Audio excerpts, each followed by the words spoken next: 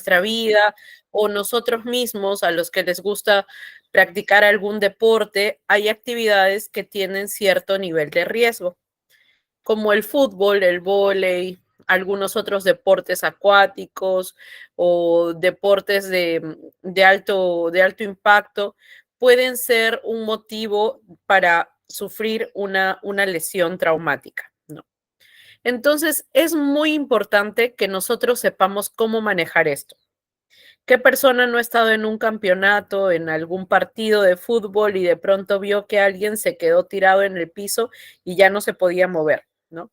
Entonces, pero sabemos cómo evaluarlo, sabemos qué hacer en ese momento, levantarle la pierna, frotarle, moverlo, ¿qué se hace, no? Muchas veces lo rodean a esta persona, pero no sabemos cómo actuar. Entonces, esta clase del día de hoy se trata de eso, de poder dar una respuesta rápida, una respuesta eficaz y de primeros auxilios, ¿no?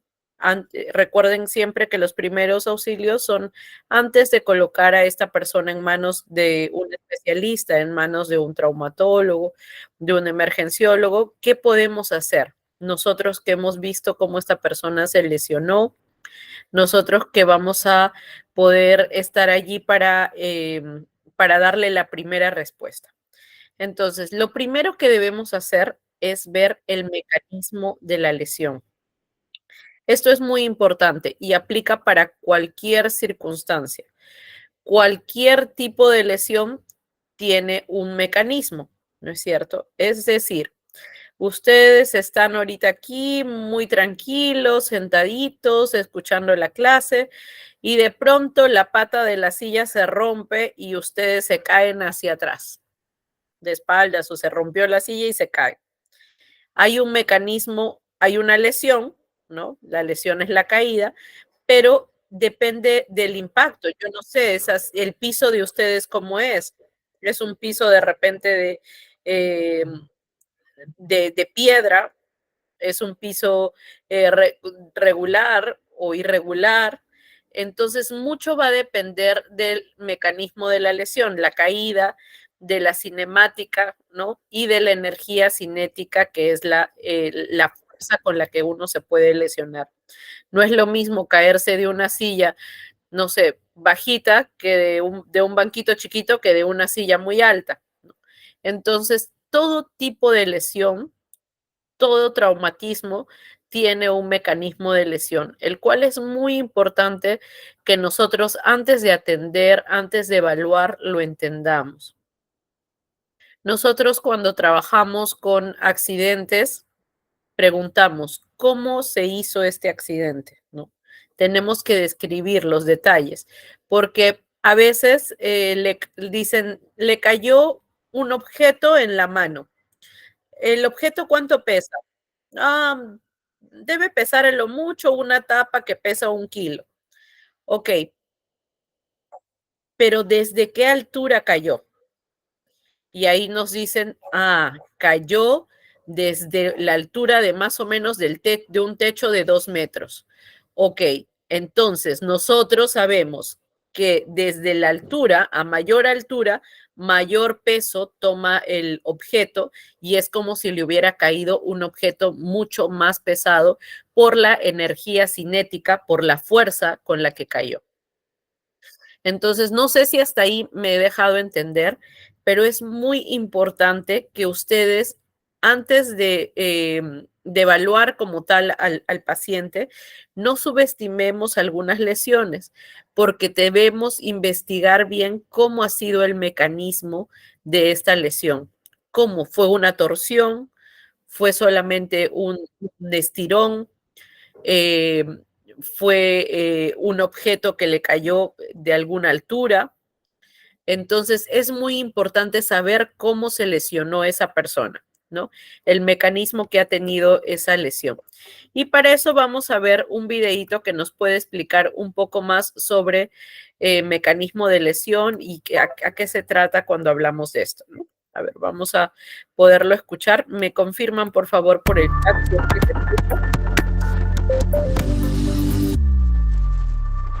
Ok, se escucha. Listo. Ahora vamos a aprovechar las herramientas del descubrimiento usando el mecanismo del método de lesión. En este escenario, tenemos un niño de unos 6 años que estaba subiendo en las gradas y parece haber resbalado y caído. ¿Cómo aplicamos el mecanismo de lesión aquí? Bueno, lo primero que voy a hacer si está tumbado en el suelo es mirar inicialmente para ver si está bien. Si está inconsciente, no responde, podemos tener una emergencia médica que no voy a retrasar. Voy a activar los servicios médicos de emergencia con mi teléfono celular o voy a decirle a alguien, oiga, usted con la camisa a cuadros, llame al 911 y vuelva, mientras continúo mi evaluación. Pero en este caso, como podemos ver, está sentado, no está llorando. Parece estar sosteniendo su rodilla izquierda, de vez en cuando parece que la frota, así que estoy sospechando que podemos tener una lesión en la rodilla. Pero, ¿qué tipo de lesión es? ¿Es grave? Bueno, la tiene doblada, no está en ángulo o deformada, por lo que no es algo que me llama la atención, que podría ser grave, pero nunca se sabe. Pero cuando miro el mecanismo, sé que subió este escalón aquí. Puedo ver las huellas fangosas del pie en el asiento mismo, y tal vez se deslizó. Y cuando se deslizó, hiperextendió su rodilla, causando un esguince o una distensión o algún tipo de lesión por luxación. Es mi primera sospecha. En segundo lugar, tenemos un asiento rígido aquí. Cuando él se deslizó, se podría haber golpeado la parte posterior de la cabeza en las gradas también. Podría entonces comenzar a preguntarle, oye, ¿tienes dolor de cabeza? ¿Sientes algún dolor en cualquier parte? Si este paciente es capaz de hablar conmigo, voy a utilizar tantas preguntas abiertas como pueda. Realmente no creo que sea una buena idea pedir detalles en cada situación, porque si lo hago y digo, oye, ¿te duele el hombro? Ah, sí, mi hombro duele. ¿Te duele el estómago? Ah, sí, también me duele el estómago. A veces podemos guiar al paciente por un camino que en realidad no existe. Así que prefiero preguntarle, oye, ¿puedes decirme qué te duele? Y entonces dejarle que me señale esas cosas. Ahora, todo el tiempo voy a estar buscando responder incógnitas. Ya sé que el mecanismo de lesión no solo podría causar un esguince o una distensión en el tobillo, en la rodilla o en la espalda, también sé que podría ser una lesión en la cabeza. Y si se sospecha una lesión en la cabeza, podríamos comenzar a ver una pérdida de conciencia o una disminución del nivel de conciencia. Así que voy a vigilar eso y obviamente tan pronto como haya disminución en el nivel de conciencia, vías respiratorias, problemas de circulación, cualquier tipo de entumecimiento, hormigueo o incapacidad para mover uno de sus antebrazos, inmediatamente se convierte en una llamada al 911 y una emergencia y un traslado en ambulancia. Pero ahora no estamos seguros si tiene que ser asistido en ambulancia. Podría ser que él simplemente se golpeó la rodilla y le duele y puedo de alguna forma incorporar al padre o al tutor o a la niñera, a quien esté en el lugar, y puedo empezar a preguntarles, ¿este pequeño está contestando las preguntas adecuadamente para usted? ¿Le parece normal para usted? O tal vez parezca más letárgico o un poco diferente, y usarlos así como una ayuda. Puedo preguntarles, ¿tiene algún problema médico que debo saber? ¿Alguna alergia a los medicamentos? Y empezar a unir toda la evaluación. También voy a asegurarme de que no estoy completamente miope sobre esta rodilla. Voy a estar pensando en otras lesiones potenciales. Puso un brazo hacia afuera cuando cayó y por lo tanto se torció una muñeca o se quebró un hueso del brazo. Y empezar a buscar eso cuando hago mi examen de cabeza a pies, buscando otras lesiones no tan notables de las que también debería ser consciente. Muy bien. En el video hemos tratado de colocar lo más importante, un resumen sobre el mecanismo de lesión y lo importante que es en nuestra evaluación. Es decir, antes de empezarles a hablar de las fracturas, esguinces, luxaciones y todos los eventos traumáticos que hay ante un accidente, un traumatismo que puede ocurrir, es muy importante que no se olviden de esto. La persona que vamos a evaluar ha sufrido un traumatismo por un mecanismo de lesión. Entonces, en palabras simples, ¿cómo se cayó? ¿Cómo se golpeó? ¿Qué te duele? ¿No? Eso en palabras simples. ¿Cómo fue? Ok, para yo entender si ese niño saltó, de repente se le dobló el piecito y por eso se está cogiendo el piecito.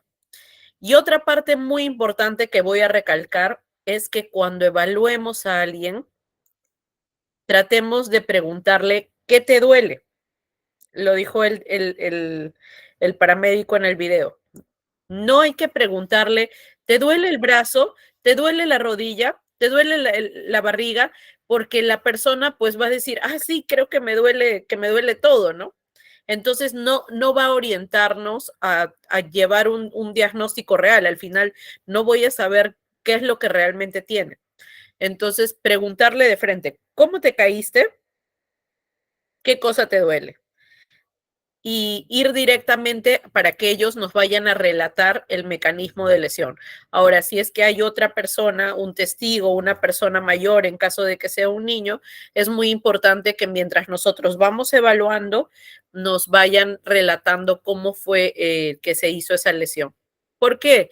Porque eso nos ayuda a saber o a sospechar si es que hay fractura, si es que es esguince, si es que es una luxación, que vamos a verlo ahora, ¿no?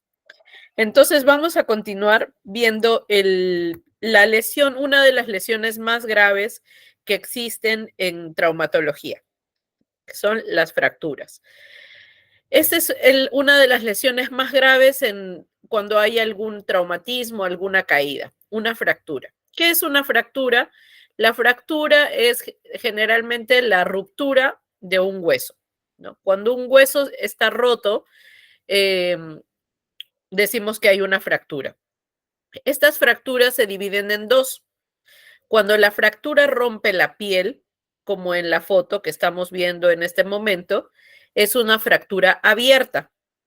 Pero muchas veces el hueso se rompe y, y yo no me doy cuenta, digamos, que el hueso está roto porque la piel está íntegra, ¿no? Y aquí voy a avanzarlo de repente un poquito.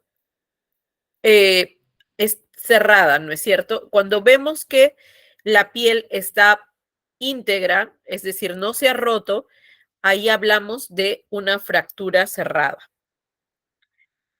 Bien, eso es las fracturas y las fracturas em, son las lesiones más graves que tenemos en traumatología. Dependiendo del tipo de fractura, que ahora lo vamos a ver, dependiendo de sus características, se elige el tratamiento a dar, ¿no? Entonces, vamos a ver, antes de ver este videito, vamos a irles mostrando un poquito de los tipos de fracturas. Nosotros tenemos algunos tipos de fracturas, dependiendo el trazo de cada una de ellas. Dependiendo el trazo en el que se ha roto el hueso, la fractura puede ser oblicua, como es la primera que estamos viendo aquí, oblicua, porque el trazo, si ven el trazo fracturario, es oblicuo, ¿no? Está de ladito. Entonces decimos, ah, ok, eso es una fractura oblicua. La siguiente es una fractura conminuta. ¿Qué quiere decir conminuta? Como el nombre lo dice, voy a ver si lo puedo agrandar aquí un poquito. Conminuta quiere decir que el hueso se partió en muchas partecitas. Conminuta, muchas partecitas. Y estas son unas de las fracturas más difíciles también de tratar. ¿Por qué? Porque hay muchos pedacitos, fragmentos de hueso chiquititos.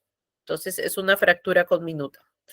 La fractura en espiral, que también por el trazo de la fractura, el trazo fracturario, el trazo, la parte donde se rompió, vemos que es como una espiral, ¿no? El hueso está roto en 1, 2, 3, casi 4 partes, ¿no? Entonces es una espiral. La fractura compuesta, que es la siguiente, la que estamos viendo aquí, el hueso se rompió por completo y es una fractura expuesta, es decir, se desplaza y rompe también lo que es la piel, ¿no? También tenemos fracturas en tallo verde. ¿Qué quiere decir esta fractura en tallo verde? No se puede ver muy bien aquí. Esto es muy común en niños. Los niños son los que tienen la mayor cantidad de veces estas fracturas en tallo verde, que es una fractura incompleta. Es decir, lo que también se le conoce en algunos casos como fisura, que se rompe una parte del hueso, pero no llega a romperse en su totalidad, ¿no? Fracturas transversas por el trazo fracturario transverso y una fractura simple, que es la más común, ¿no? Lo que estamos viendo aquí también son fracturas de los huesos pequeños. Se pueden fracturar los huesos nasales, los huesos más pequeños también, ¿no es cierto? Entonces, no solamente tenemos fracturas de huesos largos, como es el fémur en la pierna, el húmero, no tenemos radio, cúbito en nuestros brazos, sino que también se pueden fracturar huesecillos pequeños. Estamos hablando del rostro, de cara, las manos, tenemos nuestras falanges, se pueden lesionar también estos huesitos que son más pequeños, ¿no? El tipo de fractura, si vemos los tipos de fracturas, decíamos que se dividen en dos tipos: fracturas abiertas y fracturas cerradas. Abierta es la fractura más grave. ¿Por qué? Porque el hueso se rompió y el fragmento óseo, digamos, el hueso sale y lo puedo ver. Es decir, yo voy a llegar a ver a esa persona y va a tener el brazo en dos partes y con un hueso salido, ¿no? Entonces, esa es la fractura abierta. Nosotros estamos viendo el hueso roto, ¿no? Sobresale el fragmento del hueso roto. Fractura cerrada, la piel no está rota, ¿no? Aquí yo voy a llegar y voy a ver a la persona con su brazo íntegro, normal, pero el hueso está roto por dentro, ¿no? Esto no lo voy a poder determinar a simple vista. Es decir, ¿cómo diagnostico que la persona tiene una fractura cerrada? Únicamente voy a darme cuenta que tiene una fractura cerrada por los rayos X, ¿no? Que es el único estándar. Y hay algunos signos que también vamos a verlos ahora que me pueden hacer sospechar. Uy, creo que tiene una fractura, ¿no? Pero no voy a no voy a poderlo saber a ciencia cierta hasta que no le tome una radiografía, ¿no? Eso en el caso de las fracturas cerradas. Fracturas abiertas, pues a simple vista nos damos cuenta, ¿no? ¿Cuáles son los signos de fracturas? Signos de que hay una fractura. Entonces, aquí toda su atención, porque estos son los signos que nos van a hacer sospechar de que el hueso por dentro se rompió. Entonces, hay dislocamiento de una extremidad o articulación. Es decir, cuando yo lo toco, por decir, me cae ahorita una caja de aproximadamente unos 10 kilos. Yo no sé si me rompió o no algún huesito. Va a depender desde qué altura me cayó, desde en qué superficie estaba apoyada mi mano, ¿no? Entonces, pero cuando me van a evaluar, lo que quieren ver es a ver cómo está tu mano, ¿no? Y de repente yo lo toco y suena, crepita, o de repente mi dedo está deformado, ¿no? Entonces, eso es un signo que me puede hacer sospechar de una fractura. Inmediatamente se inflama, hay mucha hinchazón, empieza a haber hematoma, tal cual como lo estamos viendo aquí en la diapositiva, ¿no? Hay un hematoma, hay una hinchazón considerable, el dolor es intenso y empieza en algunos casos a haber hormigueo, se me adormeció la mano o el pie en la lesión donde puede haber una fractura, ¿no? Y lógicamente no voy a poder movilizarlo, me va a doler, no voy a poder caminar, no voy a poder mover mi mano, abrir y cerrar, porque puedo tener alguna lesión mayor, ¿no? Entonces, ¿por qué hay un hormigueo? ¿Por qué hay un adormecimiento? Porque el hueso, recuerden que al ladito del hueso y los músculos, hay algo que se le llama el paquete vascular, que siempre van tres estructuras juntitas de la mano: la arteria, la vena y el nervio. Entonces, esto en todos lados están estos tres juntitos. Entonces, si yo me lesiono, muchas veces el nervio también se queda sentido, se queda dañado. Entonces empieza a haber esa sensación de entumecimiento, de hormigueo, de dolor, ¿no? Entonces, esos son algunos de los signos de que puede haber alguna fractura o ruptura del hueso, ¿no? Entonces, vamos a ver un poquito de las fracturas. Luego vamos a pasar a ver lo que es esguince y luxaciones. Vamos a ir avanzando para que puedan ver cómo se diferencia un esguince de una fractura. Entonces, hasta aquí, todo claro con fractura. ¿Quedó claro qué es una fractura? Yo creo que todos teníamos algún conocimiento sobre esto. Muy bien, Alberto. Todo claro con fractura, Edita, muy bien. Quedó claro qué es una fractura, vamos a irlo viendo ahora también. Pero hay algo que tienen que diferenciar. ¿Es fractura es igual a esguince? ¿Es lo mismo? No. Sí, por ahí me dijeron, espero que no haya. Sí, sí, sí se veía. No, muy bien. No, fractura y esguince son cosas distintas. Debemos diferenciarlas. En la fractura, ¿qué se rompe? ¿El músculo o el hueso?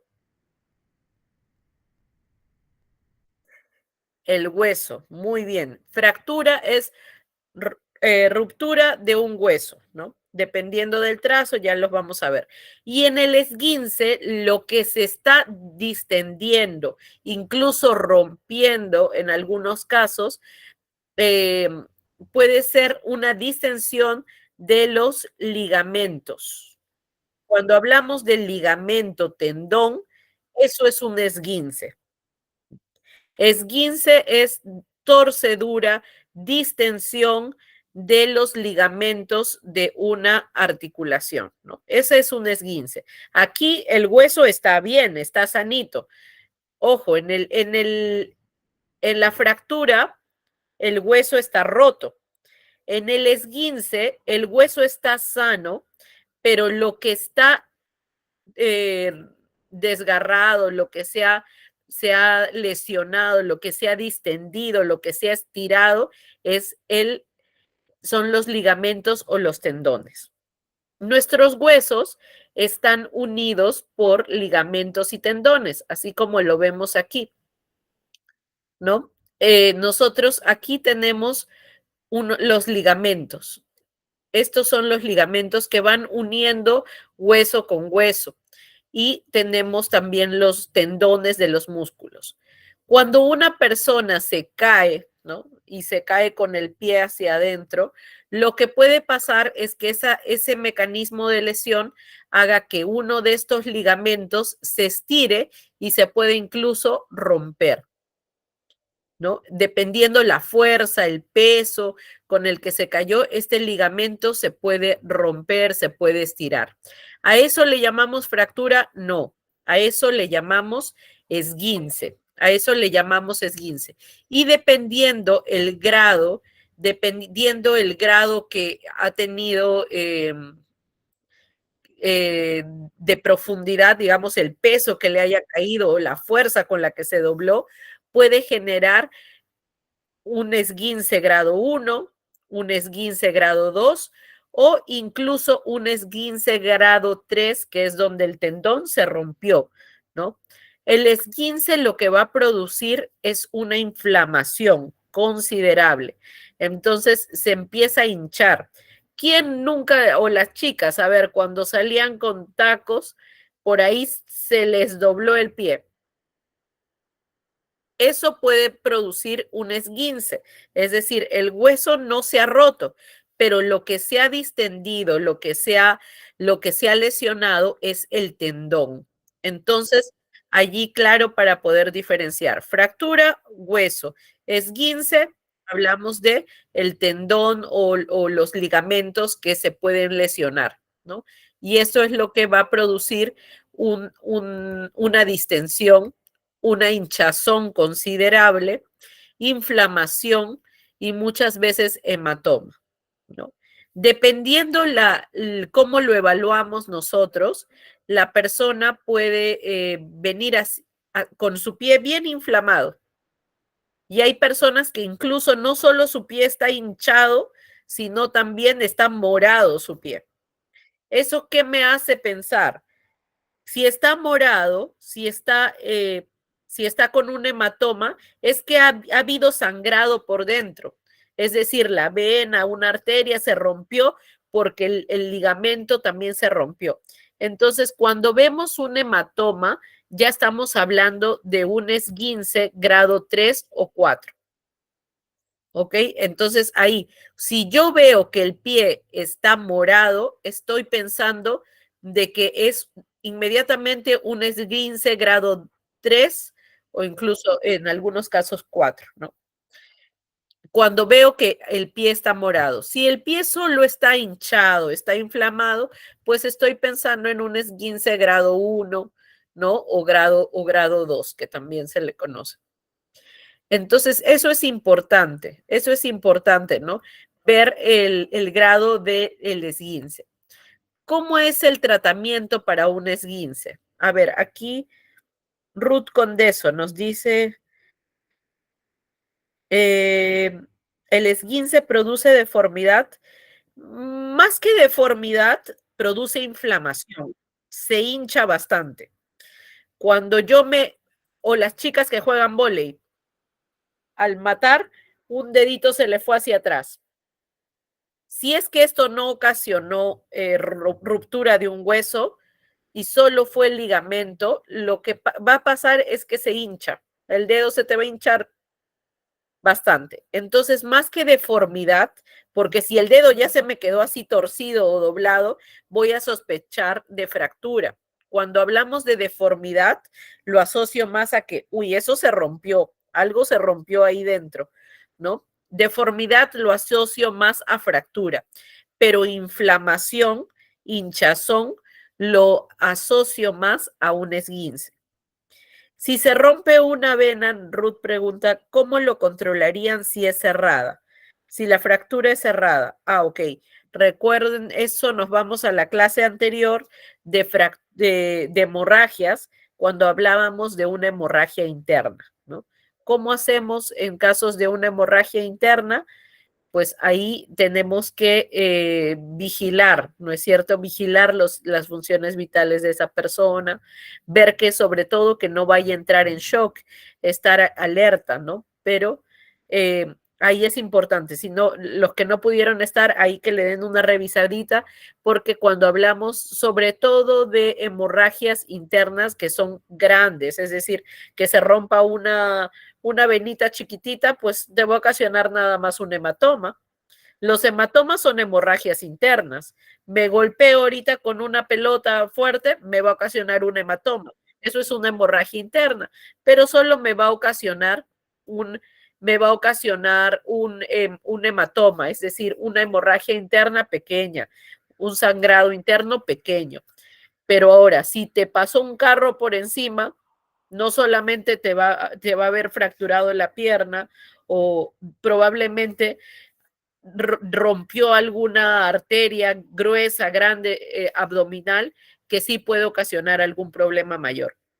Entonces es importante que todo lo que estamos viendo lo vayamos asociando, ¿no? Porque en casos de politraumatismos, una persona atropellada es un politraumatizado, ¿no? Una persona que se cae del segundo piso se golpea todo, cabeza, puede tener fracturas, puede tener muchas lesiones. Entonces, recuerden que en una sola víctima a veces tiene muchas cosas. Una sola víctima tiene fractura, tiene hemorragia, y ahí que, ¿cómo vamos a actuar? ¿No? Vamos a siempre actuar por lo que ponga en peligro su vida, que en este caso sería parar hemorragias si es que hay y tratar de activar el sistema de emergencia o darle el soporte en caso de que entre en shock. Pero volviendo ya a nuestro tema, de esguinces y de fracturas, ¿no? ¿Qué hacemos si ante una torcedura? El esguince también es conocido como torceduras, ¿no? ¿Qué hacemos ante esa lesión? Un esguince, una torcedura, un daño de ligamentos. Entonces, lo primero que debo hacer es, como dice este acróstico de aquí, es una manera bastante fácil de aprenderlo. Método dice, ¿qué hago ante un esguince? Hay que usar el método dice. Primero, esa persona ya no la voy a mandar a que camine, a que párate, a ver, apóyate. No, trato de darle el reposo, el descanso, de que ya no vuelva a apoyar su peso sobre esa extremidad lesionada. Descanso, reposo. Y de ice, de frío, de hielo, ¿no? El ahí, recuerden, es de ice. Lo primero que vamos a hacer ante una inflamación, el tobillo está así de grueso, está bastante inflamado, rojo, con hematoma, le pongo calor, ahí es un error bastante común que yo he visto en algunos rescatistas o personas de primeros auxilios, en algunos partidos que he podido ver, pues se hinchó su pie, se dobló. ¿Quién vio el partido de Colombia-Argentina? El pie de Messi estaba de este tamaño. ¿Y qué se hace en esos casos? ¿Qué hacen si tienen un tobillo muy hinchado? Lo primero que hacemos es hielo, hielo, le colocamos frío. No nos equivoquemos en poner calor, porque el calor va a inflamar más aún, va a causar mayor vasocompresión y va a generar mayor sangrado. Entonces, el hielo va a ayudarnos a controlar esa inflamación. Entonces, hay que tratar de colocarlo cada 20 minutos. Ahora, le pondré el hielo así directo. Ahí está, muy bien, Ruth. Ya se me adelantó Ruth por ahí. Así es, el hielo nunca va directo porque el hielo quema. Entonces, les decía en la clase pasada también de amputaciones que la extremidad, cuando la trasladamos, no podemos colocarla en hielo directo. El hielo quema la piel, ¿no? Y cuando está fuera del cuerpo, no hay una circulación correcta, causa mayor daño aún. Entonces no podemos trasladarlo o entrar la piel en contacto con el hielo. Siempre colocamos una toalla, ¿no? Algo que lo proteja y encima el hielo. Así es, no directo sobre la enfermedad lesionada, ¿no? Siempre protegido. Y vamos alternando, no hay que dejarle ahí toda la cubeta de hielo toda una hora, ¿no? Entonces vamos alternando, aplicamos frío cada 20 minutos, dejamos reposar un ratito, volvemos a colocar el frío, eso por aproximadamente 3 o 4 horas podemos colocar el frío después de que se lesionó la persona. Siguiente, ¿qué hacemos en caso de tener el tobillo bastante hinchado, ¿no? Lo que hacemos es inmovilizarlo con un vendaje. Muchas veces cuando los lleven a una emergencia y si tienen un esguince, lo que van a hacer es incluso enyesarlos. Y lo han podido ver, ¿no? Por decir, estaban jugando un partido de fútbol, se lesionó de frente, enyesar. ¿Por qué? Si no es una fractura, solo se enyesa a las personas que tienen el hueso roto. No, en realidad no se enyesa solamente a las personas que tienen un hueso roto, sino que también en un esguince se puede enyesar. ¿Por qué? Para tratar de comprimir, de comprimir esto y inmovilizar la articulación, ¿no? Eh, ¿Para qué? Para que pueda reducir la inflamación, para que pueda sanar más rápido el músculo también. Y lo siguiente es elevar el miembro, si es que en este caso fue un tobillo, ¿no? Mantener la pierna en alto al sentarse o al estar echado. Si el esguince presenta hemorragia, igual se coloca hielo. Sí, si es que el esguince presenta una hemorragia, o sea, es decir, un hematoma, me imagino que te refieres a un hematoma así como este, que está morado, está rojo, sí le colocamos hielo. Lógicamente, si es una hemorragia, un sangrado externo, pues procedemos a otra cosa, ¿no? A lo que revisamos la clase pasada. Eso es una herida ya. Si el sangrado es externo, eso es una herida, pero si es que es un hematoma y un sangrado interno, aplicamos el hielo, aplicamos la compresión, la elevación, todo tal cual como lo vemos aquí, ¿no? Eso en cuanto al esguince. Muy bien. Entonces, pregunta para ustedes. ¿Esguince igual a fractura?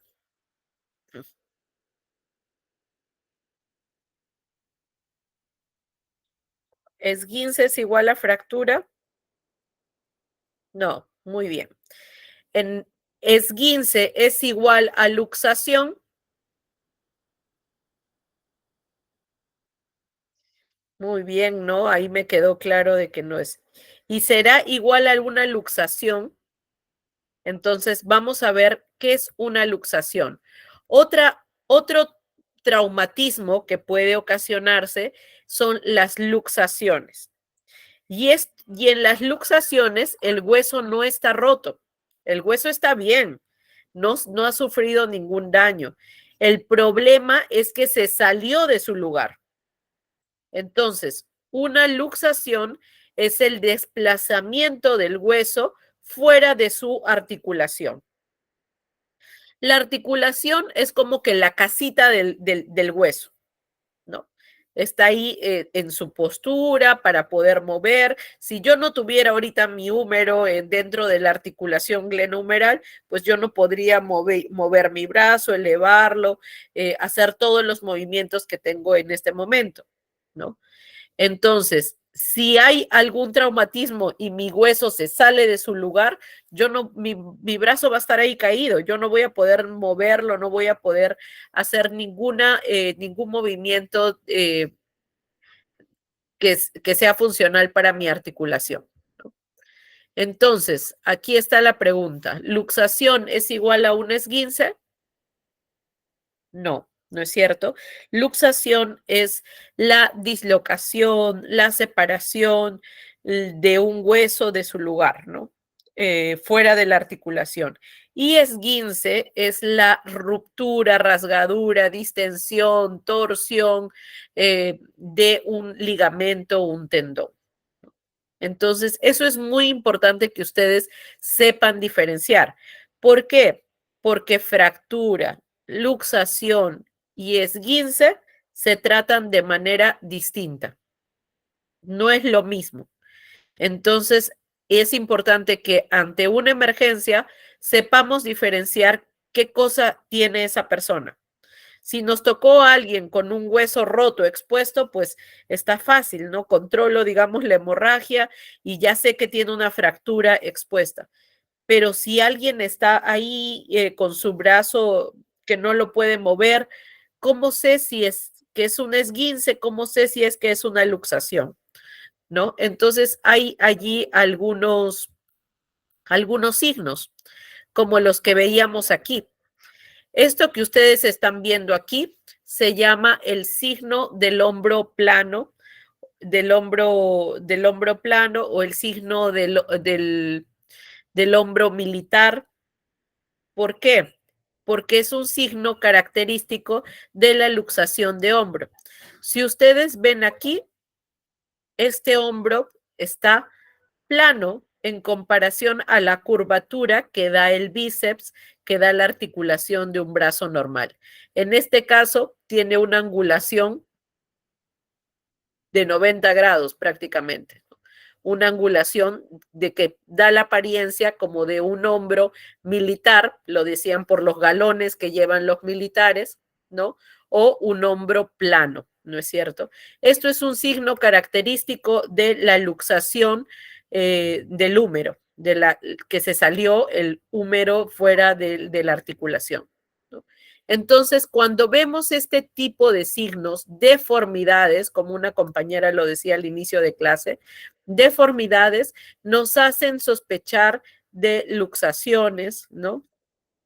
En algunos otros casos de fracturas, pero en este caso aquí es clara la luxación, ¿no es cierto? Entonces es importante que nosotros aprendamos a ver al momento de evaluar al paciente, decíamos, lo primero va a ser el A, B, C, D, E, ¿no es cierto? Entonces, veíamos la vía aérea, la circulación, la respiración, si es que estaba alerta, y luego en la letra D me voy a todo lo que es la disabilidad o empezar a evaluar por sistemas, ¿no es cierto?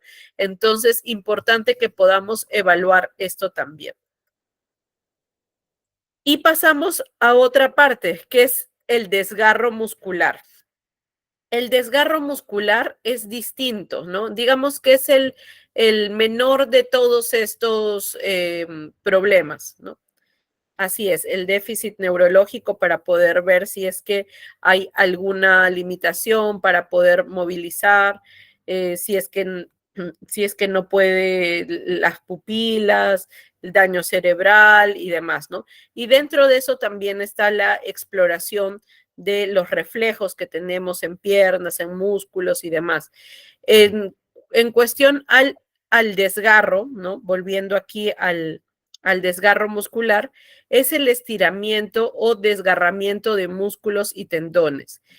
Un tejido muscular distendido es como lo podemos ver aquí versus un tejido muscular normal, ¿no? Lo que llamamos algunas veces contracturas incluso pueden generar algún desgarro. Cuando hay estos mecanismos, cuando hay tracción, estos juegos de, no sé si es de las épocas, pero unos juegos que te jalan los brazos o en los juegos mecánicos, cuando aplican fuerza de tracción, ¿no? O una máquina que atrapa parte del brazo y lo jala, lo tracciona. ¿Qué puede ocasionar? Que los ligamentos o el músculo se desgarren, se distiendan, hay alguna distensión en músculos y tendones, ¿no?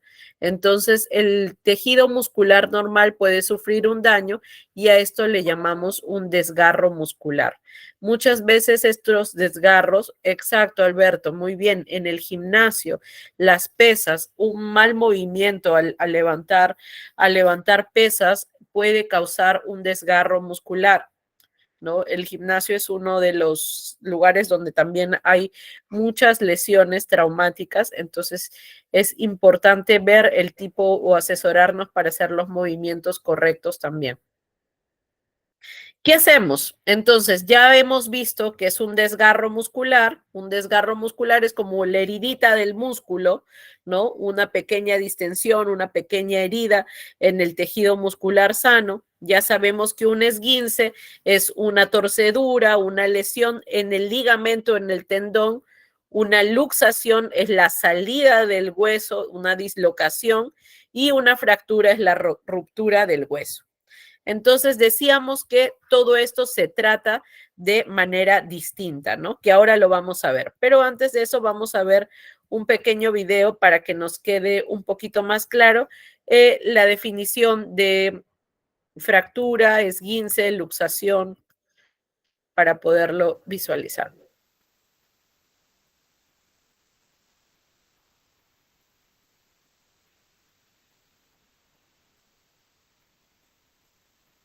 Vamos a partir a continuación. Las lesiones musculoesqueléticas son bastante frecuentes en los niños por el grado de actividad que realizan y también en los adultos. Quien en su vida no ha sufrido algún esguince es bastante frecuente. ¿Qué es un esguince? Es una lesión que afecta a tendones y ligamentos de una articulación. Podemos ver que los esguinces más frecuentes que conocemos es el esguince de tobillo, que es el que hemos sufrido más de algunos de nosotros alguna vez. ¿Qué características tienen? Pueden causar gran dolor, inflamación donde se produjo este esguince y cierto grado de incapacidad funcional, es decir, que si es un esguince de tobillo me va a costar caminar, si es un esguince de muñeca me va a costar volver a recuperar mi funcionalidad de mover la muñeca de un lado hacia otro o poder escribir, etc. Entonces se produce gran dolor, inflamación e impotencia funcional. Ese es un esguince. En general los esguinces tienden a recuperarse alrededor de los 15 días.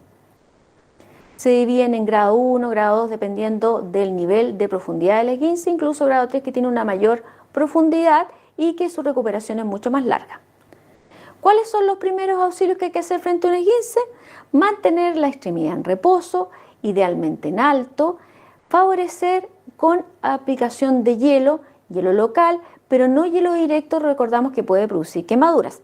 Realizar comprensión con un vendaje en forma circular y permitiendo, o en 8 más bien dicho, para favorecer el retorno venoso y evitar el uso de analgésico porque a veces nos pueden enmascarar la gravedad de este esguince y obviamente trasladar a un centro asistencial para evaluar el tipo de esguince, el grado de esguince y también para evaluar principalmente cuál va a ser su manejo, si es a través de una inmovilización simple, una inmovilización más profunda y cuánto va a durar y las indicaciones de analgésico respectivas que nos puede dejar nuestro médico tratante.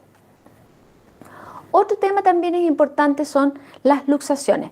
Las luxaciones son bastante más graves que los esguinces. ¿Por qué? Porque implican la pérdida del contacto de dos superficies articulares. Puede ser la superficie de contacto del hombro, en el cual la parte del brazo con el hombro se desconectan, entre comillas, y puede quedar un hombro más abajo, puede producirse a nivel del codo, en el cual se produce esta luxación, queda como una extremidad más hacia afuera, y esta parte del antebrazo es acá, luxaciones de rótula que son bastante frecuentes.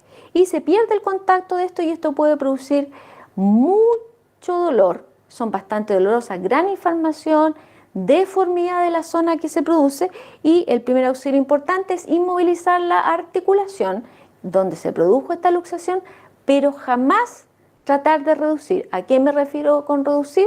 Es tratar de volver a su posición normal porque a veces estas luxaciones se acompañan de fracturas y estas fracturas también al tratar de reducirla puede agravar la fractura o producir lesiones a nivel de terminaciones o centros nerviosos también, ligamentos, tendones y también en vasos sanguíneos. Y siempre trasladar en una posición cómoda al paciente, inmovilizando la extremidad tal cual como está y trasladar siempre a un centro asistencial para ver cuál va a ser el manejo, que habitualmente es una reducción que se hace bajo sedación y analgesia.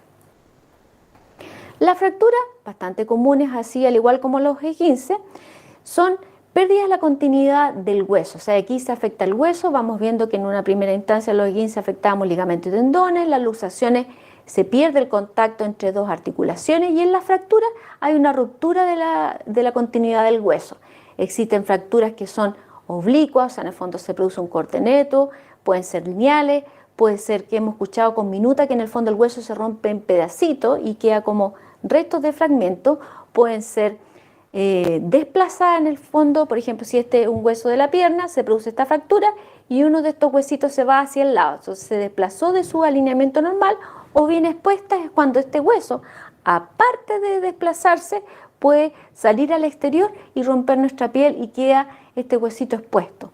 Esto es muy grave porque los huesos, aunque uno no crea, tienen vida, entre comillas, tienen vasos sanguíneos, tienen irrigación y por lo tanto esa irrigación que tiene el hueso puede recibir bacterias del exterior y producir una gran infección a nivel de nuestro organismo, incluso septicemias.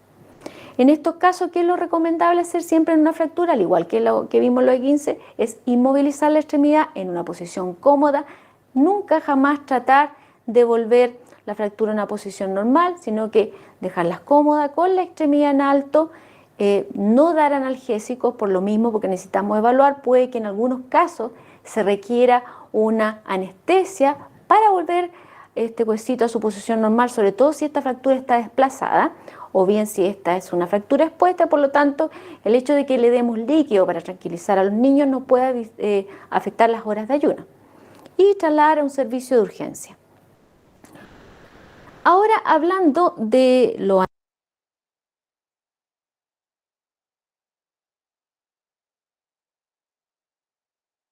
Muy bien. Sí, claro, Jacqueline. Justo ahora vamos a repasar qué hacemos, ¿no? Vamos a ver qué hacemos. Ya hemos identificado la fractura, esguince y luxación, ¿no? Pero vamos a ver qué es lo que debemos hacer para cada tipo de lección.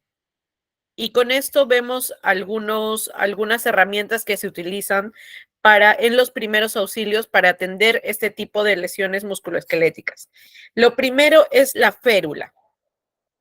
Férula es cualquier tipo de material que sea duro, ¿no? Incluso de distintos tamaños y formas, que van a cumplir la función de fijar la extremidad para que no se pueda mover, inmovilizar una extremidad. En la actualidad incluso tenemos férulas inflables, ¿no es cierto? En los equipos de brigadas, en las ambulancias, lo que llevamos son a veces férulas inflables. Con un tubito las inflamos y con eso inmovilizamos bastante rápido la articulación de una persona. Si no tenemos eso, ¿qué hacemos? Podemos valernos incluso de cartón. Me tocó estar en algún momento en un campeonato de fútbol. Yo estaba de asistente, de participante, no estaba como médico. Y en ese campeonato no habían puesto ambulancia, no habían puesto personal de salud, siendo que en un campeonato siempre hay lesionados, ¿no? Y una persona se fracturó y no había nada con qué atenderlo, ¿no?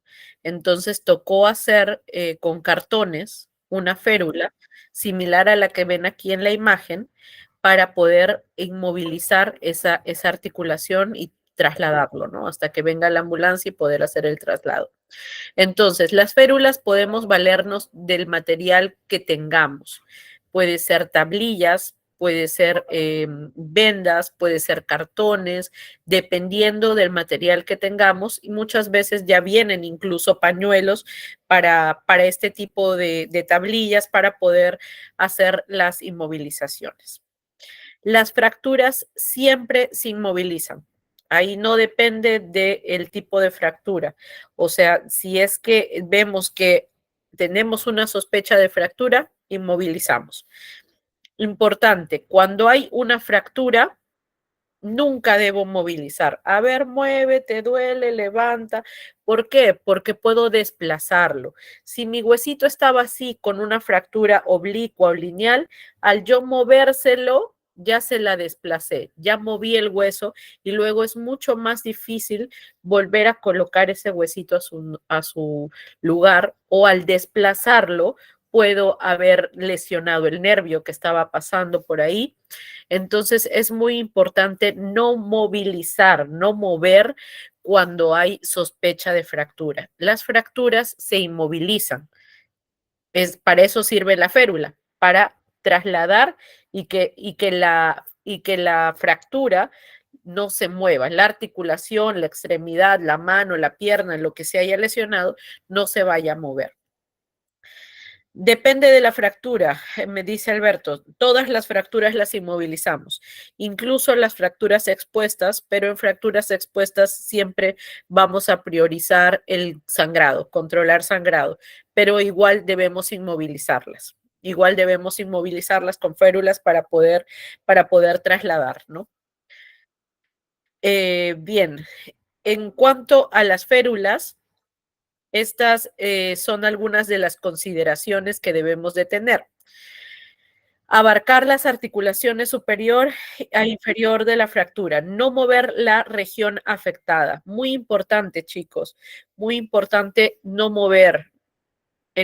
Cuando sospechamos de una fractura, así sea una fractura abierta, si yo ya veo que el hueso está acá completamente salido, tratar de no mover mucho esa articulación porque puede lesionar o seccionar, romper algunas estructuras importantes.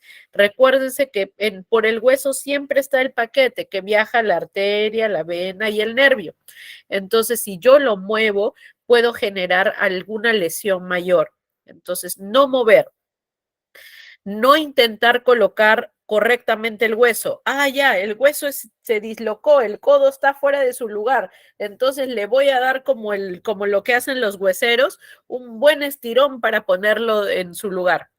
No es lo que se hace en los primeros auxilios. No intentamos colocar el hueso a su lugar. no colocamos las férulas, los inmovilizadores muy apretados. Y a ver, un punto a quien me dice por qué no lo colocamos muy apretados. Lo dijimos en la clase pasada cuando hablábamos de torniquetes. Por ahí si alguien lo coloca en el chat, si se acuerda. Muy bien, Alberto, pierde circulación sanguínea. ¿Y eso qué puede ocasionarnos? Un síndrome llamado síndrome compartimental. Cuando si yo le voy a colocar la inmovilización, la férula muy ajustada, lo que puedo hacer es perder la circulación sanguínea, que esa mano, que esa pierna me llegue necrosada en la emergencia y causarle de repente un síndrome compartimental y tener que llegar incluso, les dije en algún momento, a amputar si es que había perdido la circulación, esa articulación estaba necrosada. No hacemos amarres sobre el sitio de la fractura. Si la fractura está aquí, no le voy a amarrar encima de la fractura, ¿no? En el caso de una férula. Haré los amarres donde el hueso está bien, está íntegro, donde no escucho que el hueso está roto, ¿no? Entonces, no hacemos los amarres sobre el sitio de la fractura. Estas son algunas consideraciones que tenemos que tener al momento de inmovilizar. ¿Y cuál es el propósito de esto? ¿Para qué inmovilizamos a las personas, ¿no? Cuando hay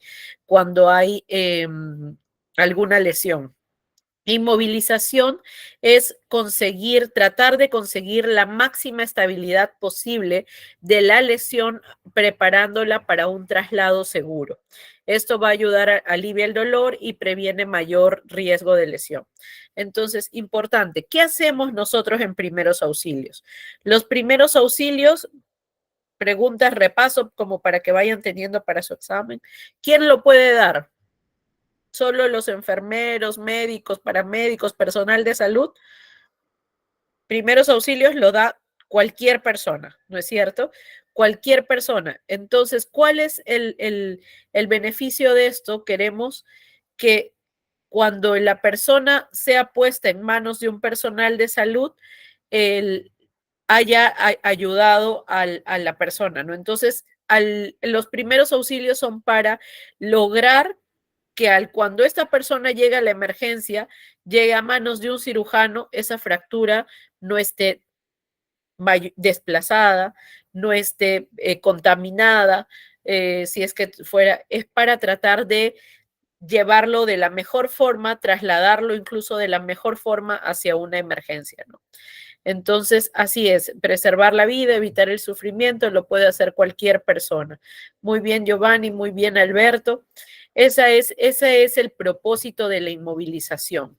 Cuando nosotros inmovilizamos a alguien, es para poder asegurar su traslado y que ese traslado sea óptimo. Aquí vemos, disculpen, aquí vemos que están inmovilizando a una persona en una tabla rígida, ¿no es cierto? Entonces debemos practicar también cómo utilizar incluso esas tablas rígidas. ¿Cómo aseguramos, no? Ahora también lo vamos a poder ver en unos minutos. Incluso estábamos haciendo una práctica. Cuando una persona es muy gordita, ¿cómo podemos asegurarla en una tabla rígida, no? ¿Cómo se debe cargar? ¿Cómo se debe movilizar? Vamos a ver inmovilización de la fractura del brazo. Si tuviéramos una fractura en brazo, esta sería la forma en que debemos colocar la férula, ¿no? Deberíamos colocar la férula de esta forma con un pañuelo o con un vendaje para que el brazo quede colgado como un cabestrillo. Dependiendo del tipo de fractura, estos son los vendajes que podemos aplicar. Con un pañuelo al cuello como sujetador, como un cabestrillo, o inmovilizarlo con una férula, con una tablilla, para poder tener el brazo lo más fijo posible. Si la fractura fuera en antebrazo, pues colocaremos la tablilla debajo del antebrazo, vendamos, recuerden que nunca sobre el sitio de la fractura. Y otro punto importante que hay que tener en cuenta es que cuando entablillamos el brazo, la mano debemos colocarla sobre una gasa, un rollito de algodón, algo que vaya a tener esta postura en la mano. Es decir, no entablillamos la mano así, en una postura plana, sino que le tratamos de dar este tipo de curvatura para poder tener una postura más fisiológica en cuando tenemos una fractura también en mano, ¿no? Entonces es importante que tengamos en cuenta esto, que cuando hablamos de una fractura en mano, siempre le damos, coge como para que sostenga o coja una bolsita de algodón, un rollo de gasa, y de esa forma nosotros colocamos la tablilla ahí. Si fuera una fractura de dedo, nada más se lesionó un dedito, está su dedito fracturado, ¿no? Vemos una deformidad, vemos, vemos el dedito con alguna deformidad, lo que hacemos es usar una férula digital.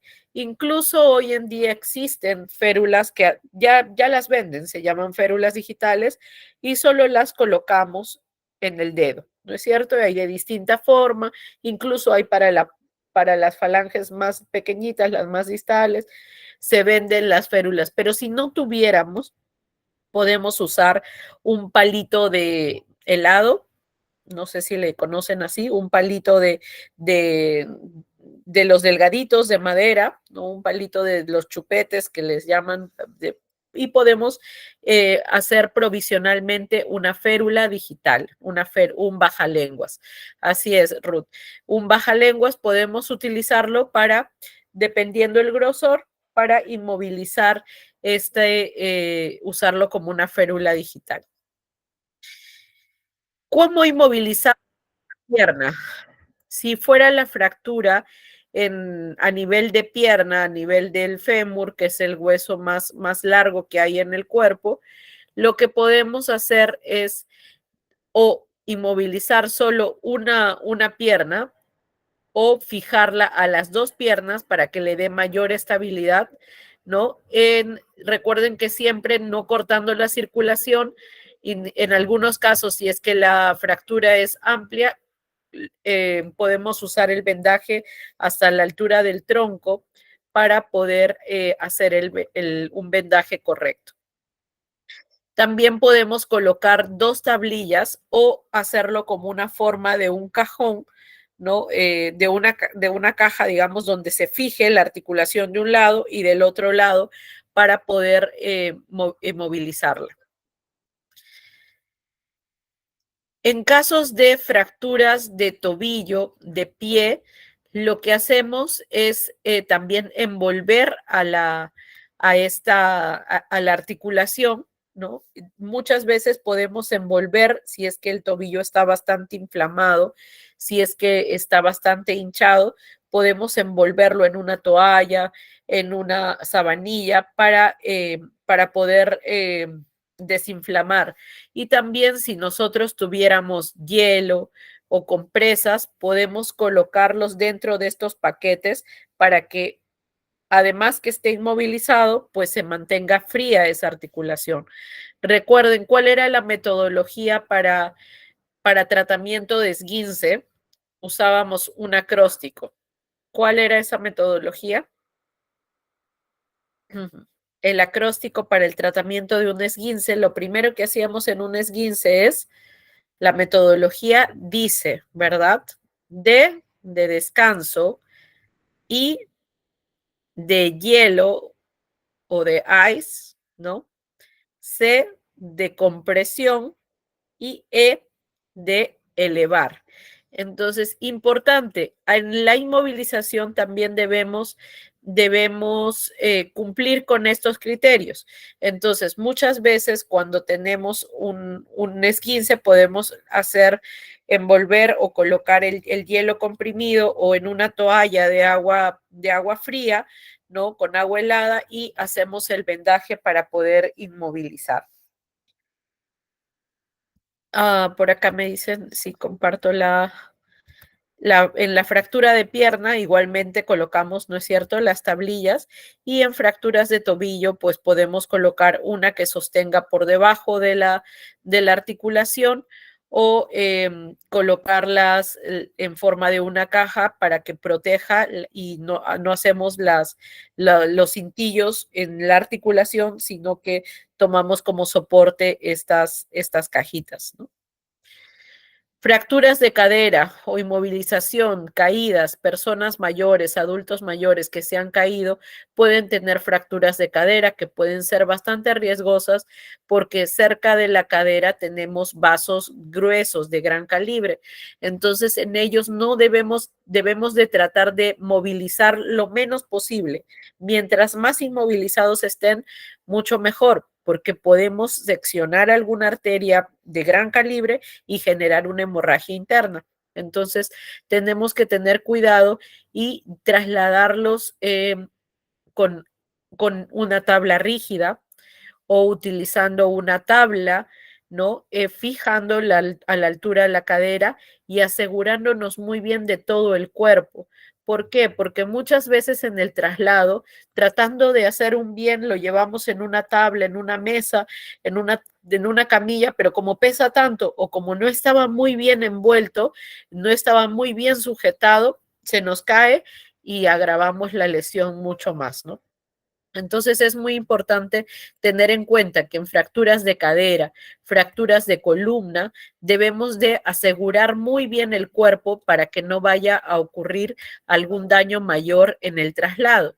Fractura de columna, además de asegurar el cuerpo, aseguramos el cuello, las vértebras cervicales. Si no tenemos un collarín, que sería lo ideal, podemos improvisar con esto, como tenemos unas toallas gruesas para poder inmovilizar o sujetar la cabeza, ¿no? Este es un tipo de vendaje que podemos llevar para asegurar la cabeza de la persona. Cuando tenemos fracturas de columna debemos asegurarnos de las vértebras cervicales, de las vértebras de la cabeza, para poder evitar desplazamientos del cuello o hiperextensiones del cuello, ¿no? Entonces, es importante el asegurar esto.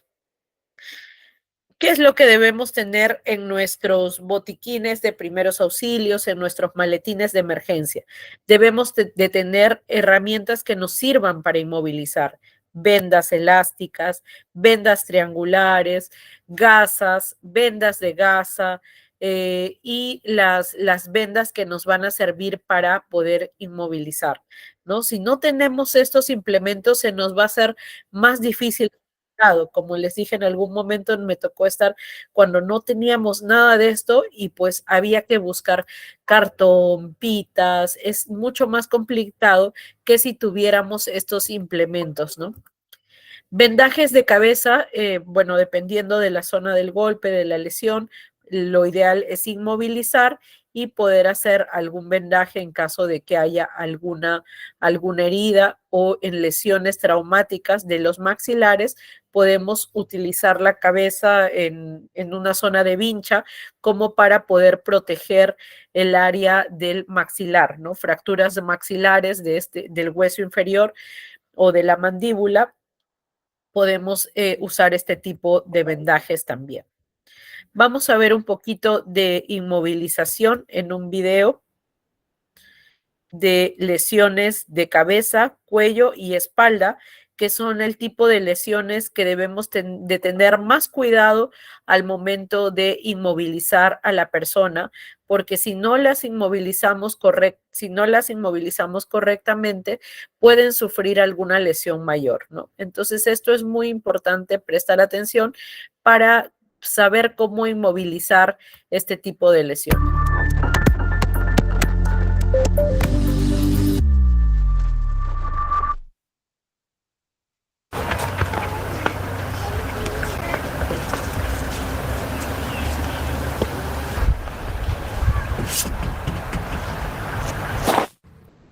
Ahora echemos un vistazo a las lesiones de cabeza, cuello y espalda. Este niño obviamente ha tenido una caída importante. No sabemos el alcance de sus lesiones, pero vamos a manejarlas de modo muy similar a como manejamos todos los accidentes. Vamos a comprobar la seguridad de la escena, usar guantes y protector. Pero antes incluso de tocar al paciente, ¿está consciente? ¿Responde a nuestra voz? ¿Se está moviendo? Cuando lo toco cuidadosamente mientras sostengo su cabeza, ¿me responde? En este caso, este pequeño responde. Abre los ojos un poco y puedo ver que mientras froto su frente, él parpadea. También respira con normalidad. Pero si no respirara normalmente, si estuviera inconsciente, activaríamos inmediatamente el 911. Tú con la camisa a cuadros llama al 911 y vuelve, tal vez te necesite, y trae un DEA. Llamo por el teléfono al 911 y obtengo ayuda en camino. En este caso, él está consciente. Si temes que pudiera tener una lesión seria en el cuello o espalda, si no puede mover sus brazos o piernas, eso sería una llamada inmediata al 911. Pero él se está moviendo un poco. Vamos a hacer un examen sistemático de cabeza a pies para ver si podemos encontrar algún motivo serio por el cual no debemos moverlo o dejarlo moverse. Vamos a empezar por la cabeza. Mientras miro alrededor de la cabeza, estoy revisando sus ojos, estoy mirando su nariz por algún sangrado, su boca por algún diente roto. Nada parece salir de su boca. No muevo su cabeza, muevo yo mi cuerpo. Miro dentro de su oreja izquierda y su oreja derecha. No veo sangre, no veo ningún fluido cefalorraquídeo. Ahora voy a comprobar si está sufriendo algún tipo de dolor en la parte posterior de su cuello. No se está quejando ni gimiendo. Mientras reviso su cuerpo, busco cualquier deformidad de sus brazos. No veo ninguna deformidad. Si está despierto, puedo pedirle que apriete mis dedos. Mueve tu mano. ¿Puedes apretar mis dedos? Apriétalos con fuerza. Sí, muy bien, todo bien. Examino sobre su estómago. ¿Tienes dolor en tus caderas? ¿Te lastimaste tus caderas? ¿No? Luego miro las piernas. Veo una potencial deformidad en su lado izquierdo. Si yo viera a un niño como este y veo que tiene una pierna izquierda tumbada, de costado, y con este tipo de letargo, en otras palabras, que no responde, que está cansado, sospecharía de dos posibles lesiones. Una posible lesión interna de la cabeza, una conmoción, y una posible fractura de cadera. Eso sería una llamada al 911. Activo el SEM, que vengan en camino, y minimizar el movimiento de este paciente, cueste lo que cueste. No estamos sosteniendo nada inmóvil, estamos tranquilizando al paciente. Si empieza a agitarse, lo vamos a consolar, vamos a alentarlo a que permanezca quieto y tranquilo, que está en buenas manos mientras esperamos a que el SEM llegue. Si tiene una convulsión mientras lo hacemos, vamos a pasar a esa habilidad técnica y protegerlo. No vamos a sostenerlo, no vamos a impedir la convulsión, solo vamos a supervisarlo. Luego vamos a reiterar la supervisión una y otra vez hasta que llegue la ayuda. Comprobamos la respiración por las vías aéreas y la circulación para asegurarnos de que sigue respirando normalmente y que el oxígeno está circulando. Si en algún momento no responde, deja de moverse, deja de respirar normalmente, pasamos directamente a la RCP. De lo contrario, vamos a dejarlo en la posición encontrada y esperamos a que llegue el SEM.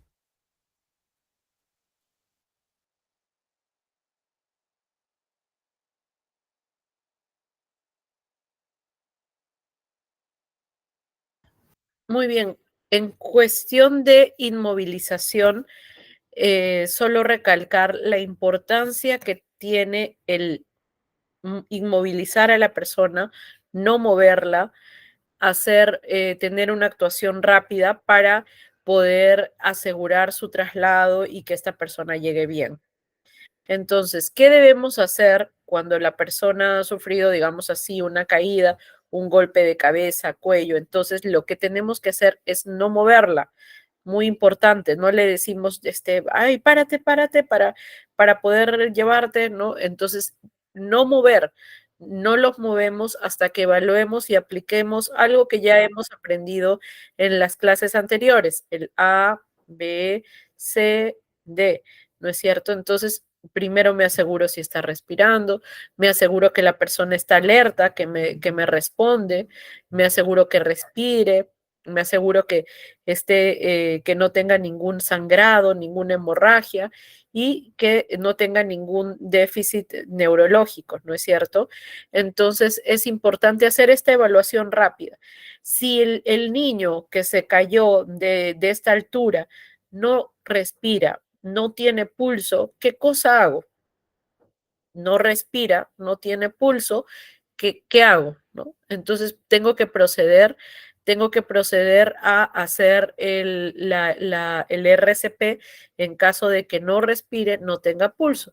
Pero si la persona está respirando, tiene pulso todavía, entonces me quedo observándolo, incluso puede que entre en un shock en algún momento si es que tuvo alguna hemorragia interna, si es que está sangrando, pero necesito observarlo, estar viendo, monitoreando, tomando las funciones vitales, mientras que yo ya activé el servicio de emergencia, ¿no es cierto? Principio de primeros auxilios. Primero protejo a la persona, me protejo a mí, aviso y luego socorro. Entonces, para ya estar en este paso de socorrer, ya quiere decir que alguien está viniendo en ayuda por nosotros, ¿no? Una consulta, Jacqueline, si tuviera una fractura a nivel de las costillas, pero está inconsciente, ¿se podría aplicar el RCP si tiene fractura a ese nivel? Muy buena pregunta, Jacqueline. Dependiendo, ¿no? Dependiendo. Si es que hay una fractura de costilla, mm, puedes aplicar el RCP. ¿Por qué? Porque el RCP recuerda que lo aplicamos casi a nivel del externón, es decir, no le apretamos por aquí las costillas, sino aplicamos el RCP. Si es que fuera vital. Ahora, no vamos a aplicar RCP en una persona encima que tiene una inestabilidad o una fractura de costillas, si es que la persona está consciente, ¿no? Pero si me dices que está inconsciente, ojo que estar inconsciente no es una determinante para aplicar RCP. Si la persona está inconsciente, no respira, no tiene pulso, aplico RCP. Pero si no se cumplen esos 3 criterios, no es necesario aplicar RCP. Tiene que la persona no estar respirando y no tener pulso para yo recién iniciar RCP. Si no, no lo inicio, y menos aún si de repente está un poco lábil o frágil de la parrilla costal. Pero si cumpliera con esos 3 criterios, primero es la vida, ¿no? Puede que por ahí le lesione un poco más, le desplace un poco más la fractura de la costilla, pero tengo que priorizar la vida de la persona. Entonces sí podemos hacer el RCP teniendo en cuenta que lo hacemos a la altura básicamente de externón y no directamente sobre la fractura costal, ¿no? Sobre la fractura de la costilla. En algunos casos también consideran el E, pero para cuestiones académicas A, B, C, D son los criterios para poder revisar básicamente a una persona rápido, ¿no? Alerta, vía aérea, breathing, circulation y disability, que es el tema para examinar rápidamente a una persona. En algunas otras nomenclaturas le suman la E, que es más el examen físico ya como tal, pero con que le apliques hasta el D y lo hagan bien, no hay ningún problema. Tatiana nos dice una consulta, ¿este tipo de medidas para inmovilizar a la persona también funciona si es que se golpeó la cabeza pero terminó cayendo boca abajo? A ver si entiendo un poquito. Se golpeó la cabeza, cae boca abajo. La persona está boca abajo. Como este niño que cayó, pero cae boca abajo. Entonces, ¿cómo lo inmovilizo? Sí, se aplica igual. Es decir, si tengo los recursos para poder voltearla a la persona con una tabla rígida, pues lo voy a poder utilizar. Pero lo ideal sería no movilizarla, no moverla mucho, ¿no? Así es, Alberto. Si es que es un golpe de cabeza, hablamos de TEC, ¿no? Que también lo vamos a hablar en la clase, ¿no? Es un traumatismo encefalocraniano o trauma eh, para que puede ocasionarnos un mayor problema y no debemos movilizar mucho, ¿no? Bien, antes que se nos acabe la clase, precisar un poquito en lo que nos preguntaban sobre el tórax, fracturas de clavícula, ya que lo mencionaron por ahí. Las clavículas, que son disculpen, clavícula no, costilla, estoy viendo aquí el vendaje las clavículas son estos huesos pequeñitos, delgados que tenemos a nivel del tórax y estos también pueden fracturarse y pueden generarnos alguna un signo que se llama el signo de la tecla así como tecla de piano. ¿Por qué? Porque lo reconocemos cuando le apretamos un poquito, salta, ¿no? Entonces se conoce como signo de la tecla en las fracturas de clavícula y muchas veces podemos inmovilizarlas de esta forma, así como están estos vendajes en que estamos viéndolo en pantalla. En cuestión de fracturas de costilla, que son los otros huesos de la parrilla costal como tal, también pueden fracturarse y es bastante común las fracturas de costilla. Muchas veces es por un golpe directo fuerte ahí a las personas que hicieron un mal esfuerzo o por la altura se dieron un golpe directo ahí, puede fracturarse, puede fisurarse. Fractura de costilla no se opera, no se preocupen, no sé, el tratamiento solo es inmovilizar. Así ya lo vean en una radiografía, el traumatólogo lo único que hace es inmovilizar, un vendaje bastante compresivo para que esa costilla pueda consolidarse, pueda sanar. Entonces, eso es en cuanto a fracturas de tórax, ¿no? Vendajes de hombro, básicamente usamos este tipo de cabestrillo, ¿no? Que también lo podemos utilizar para inmovilizar el hombro y el brazo, ¿no? Si hablamos de inmovilización de codo, de antebrazo, podemos usar distintos vendajes que se hacen con las vendas triangulares y que se puede utilizar de esta forma, ¿no? Cuando hablamos en manos, también para manos, lo preferible es usar una venda gasa. Nos ayuda mucho más fácil, pero también podemos usar este tipo de vendajes triangulares para poder vendar manos, ¿no? Y algo que precisaba cuando hablamos de manos, siempre es importante tener la estructura o una envoltura que pueda darle esta postura a la mano de manera fisiológica o en curvatura y no vayamos a vendar la mano de una forma muy rígida, ¿no? Siempre darle un arco a la mano que lo podemos hacer con un paquete de gasas, con un paquete de algodón para poderle dar esa curvatura a la mano. En cuanto a rodilla, muslo, pierna, también podemos usar vendajes triangulares. Compresión en pies, podemos hacerlo un vendaje en forma de bota, ¿no? Muchas veces podemos utilizarlo con una bolsa, incluso para poder inmovilizar. La bota, incluso si es que fuera no le retiramos el zapato en caso de que si le quito el zapato voy a desplazarle esa fractura, voy a moverle, pues no le quito el zapato y lo único que hago es inmovilizarlo con todo y el zapato puesto, ¿no? En tobillo también podemos utilizar este tipo de vendajes que nos van a ayudar a poder inmovilizar, comprimir un poco la articulación. Entonces, importante, nunca trasladar al accidentado sin antes inmovilizar el área fracturada, ¿no? No podemos llevar a la persona que se cayó caminando o sentado, siempre tratar de llevarlo inmovilizado. Otro punto importante es el traslado de las víctimas, ¿no? El traslado de víctimas, si es que nosotros tenemos fuerza, pues podemos utilizar el método del bombero, es decir, el cargar a la persona básicamente en mis hombros para poderla trasladar. Esto en caso de situaciones donde no tenga una tabla rígida, donde no tenga una silla de ruedas.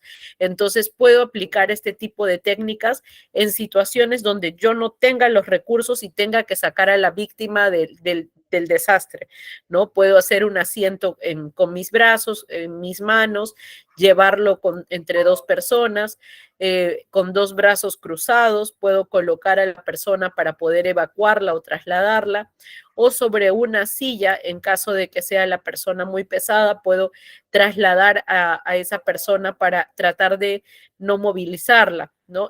Paciente inconsciente, puedo cargarlo entre varias personas, en caso vuelvo a repetir, de no tener insumos como una tabla rígida, como una silla de ruedas, podemos usar ese tipo de técnicas para trasladar o evacuar a la persona, ¿no? Ahora, cuando ya tengo una tabla rígida, utilizo la tabla rígida y para eso también hay una técnica para montar a la persona en la tabla rígida, ¿no? Porque no puedo movilizarla, sino que la coloco meto la tabla por un lado, trato de no movilizar mucho a la persona y que esta tabla entre por debajo del cuerpo para luego fijarla o estabilizarla, ¿no? Eso sí es que tenemos una tabla rígida. Si no tengo una tabla rígida, pues me puedo valer de una camilla de tela, coloco una frazada, ¿no? Debajo de la persona y poder tratar de trasladarla o, por último, en brazos. Eh, lo, lo ideal, chicos, y a estas alturas de la vida, donde ya hay muchas normas, muchas leyes, todos los lugares públicos, educativos, centros comerciales, paraderos, en muchas zonas, construcciones, edificios, tienen por requisito legal estas tablas.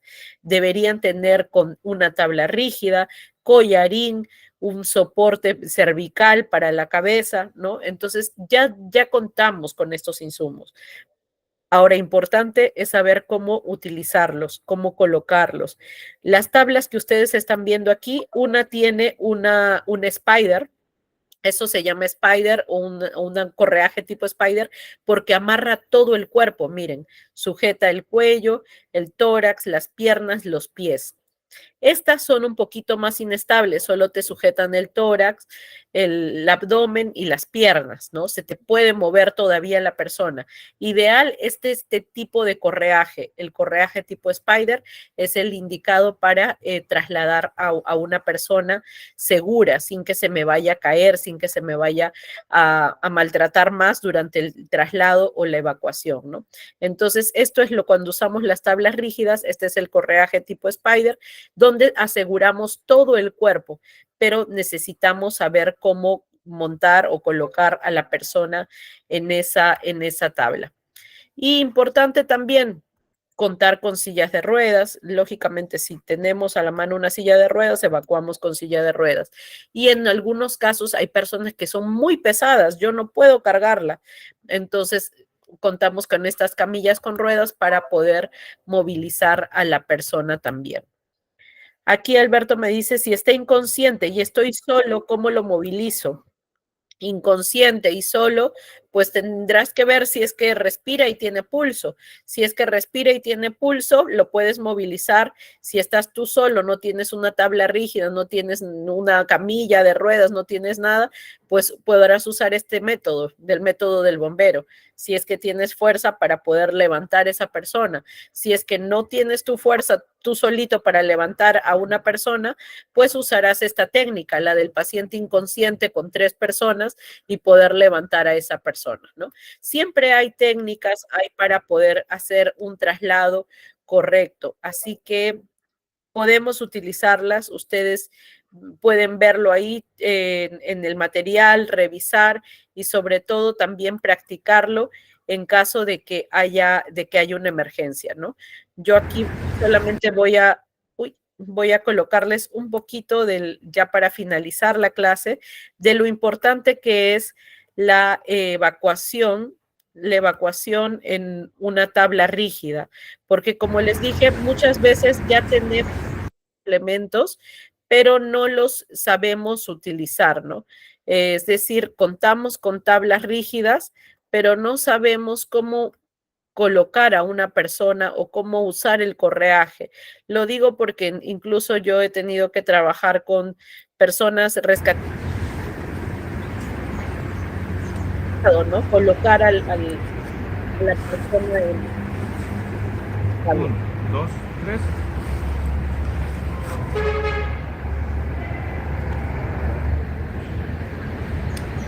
1, 2, 3. 1, 2, 3.